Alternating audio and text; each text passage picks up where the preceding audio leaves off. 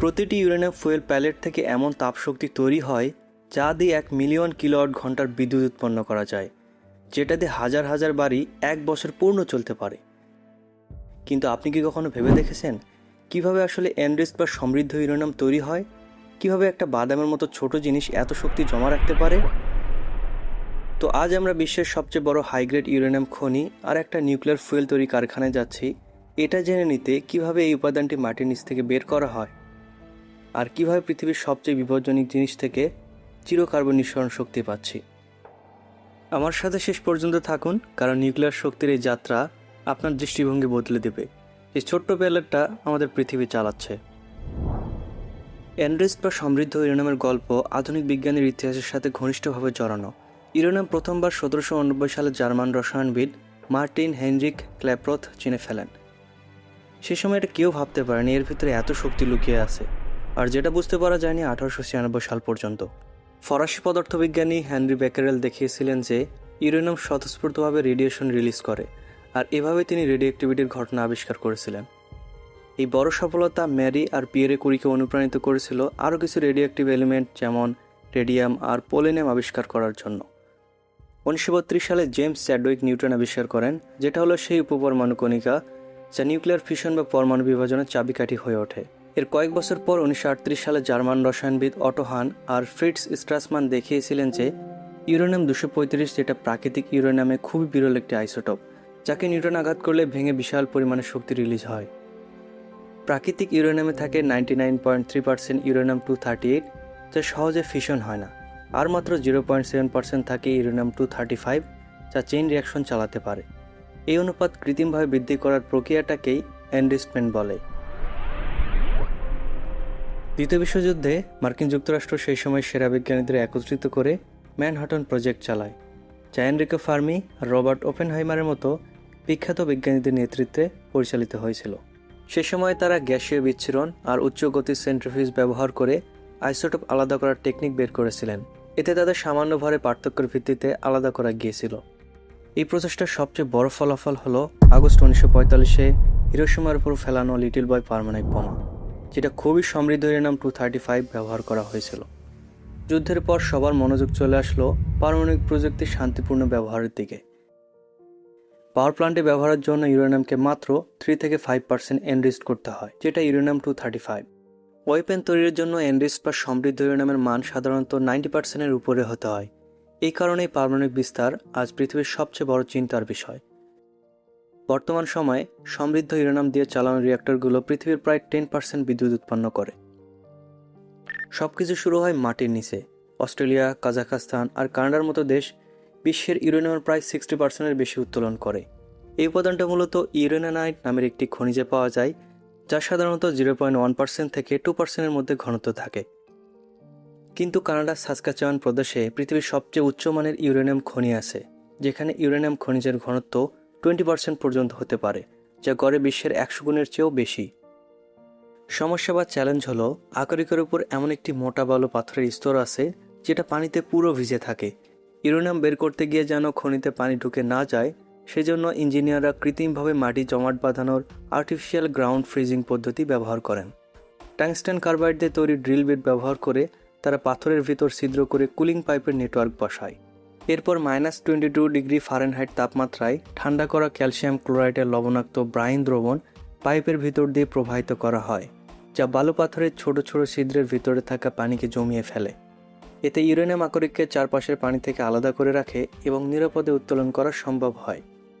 প্রতিটি পাইপ বসাতে প্রায় 8 দিন পর্যন্ত সময় লাগে এবং পুরো সিস্টেমে প্রায় 200টি পাইপ দরকার হয়।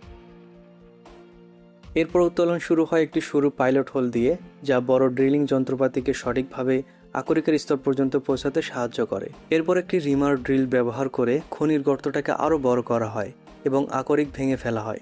ভাঙা পাথরগুলো নিচের সংগ্রহ কক্ষে জমা হয়।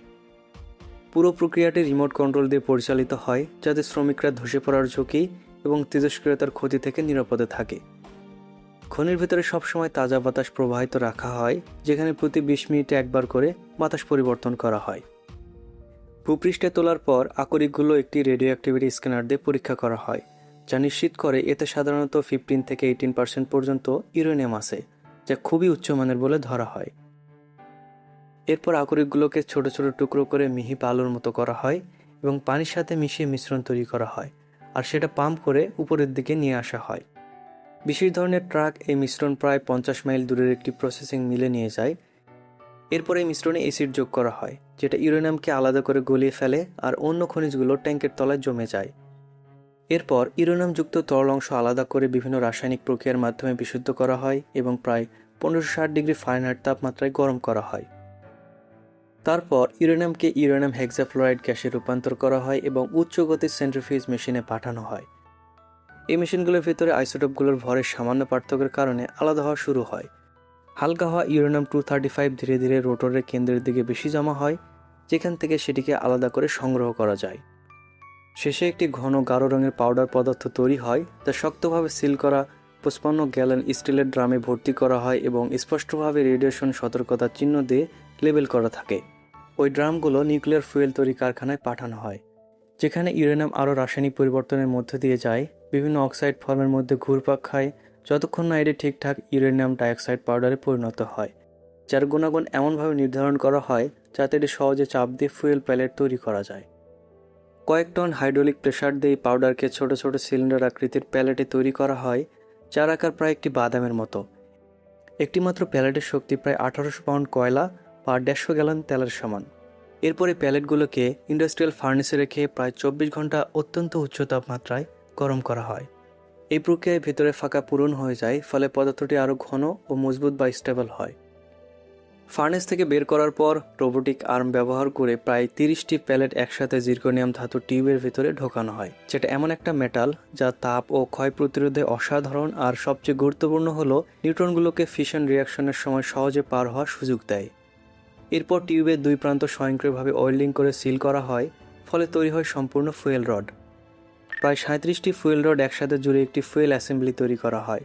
তারপর এর ওজন খুব নিখুঁতভাবে মাপা হয়, যাতে নিশ্চিত হওয়া যায় ঠিক কত ইউরেনিয়াম আছে। রিঅ্যাক্টরে ঢোকার আগে এই ফুয়েল অ্যাসেম্বলিগুলোর তেজস্ক্রিয়তা এতটাই কম থাকে যে সুরক্ষামূলক পোশাক পরে শ্রমিকরা এগুলো নিরাপদে ধরতে পারে।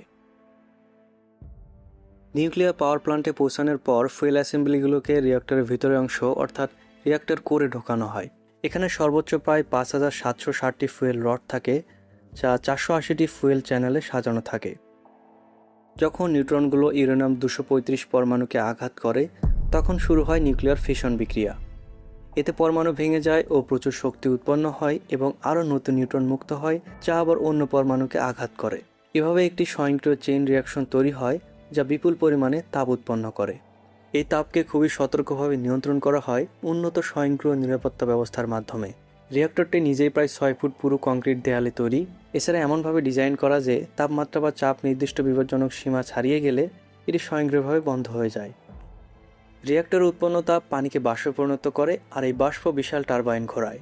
টারবাইনগুলো প্রতি মিনিটে প্রায় 100 বার ঘোরে এবং প্রতিটি টারবাইন একটি জেনারেটর চালায়। এসব টারবাইন এমন বড় বিল্ডিংয়ের ভিতরে থাকে যেগুলো প্রায় 1300 ফুট লম্বা এবং প্রায় 20 তলা বিল্ডিংয়ের সমান উঁচু, যেখান থেকে প্রায় 750 মেগাওয়াটের বেশি বিদ্যুৎ উৎপাদন করতে পারে, যা প্রায় 5 লক্ষ মানুষের বিদ্যুতের চাহিদা মেটাতে যথেষ্ট। প্রায় 1 বছর চালানোর পর জ্বালানির অ্যাসেম্বলি শেষ হয়ে যায়, তবে সেই সময় এগুলো এতটাই গরম আর রেডিও অ্যাক্টিভ হয় যে এগুলোকে নিরাপদে বর্জ্য হিসেবে পরিচালনা করার আগে কমপক্ষে 26 ফুট গভীর পানির পুলে ডুবিয়ে রাখতে হয় এবং প্রায় 10 বছর পর্যন্ত ঠান্ডা করতে হয়। তারপর এগুলোকে নিরাপদভাবে বর্জ্য হিসেবে পরিচালনা করা যায়। বর্তমানে বিশ্বজুড়ে বিভিন্ন স্থাপনার এই ধরনের পুলের নিচে 7 লক্ষেরও বেশি ব্যবহৃত ফুয়েল রড সংরক্ষিত আছে। তাহলে বুঝতেই পারছেন এই বিদ্যুৎ তৈরি কতটা জটিল বিষয়। এই কারণে যখন আমরা বিদ্যুতের সুইচ চাপ দেব, তখন এই বিদ্যুৎ যাতে অপচয় না হয় এটা খেয়াল রাখবো।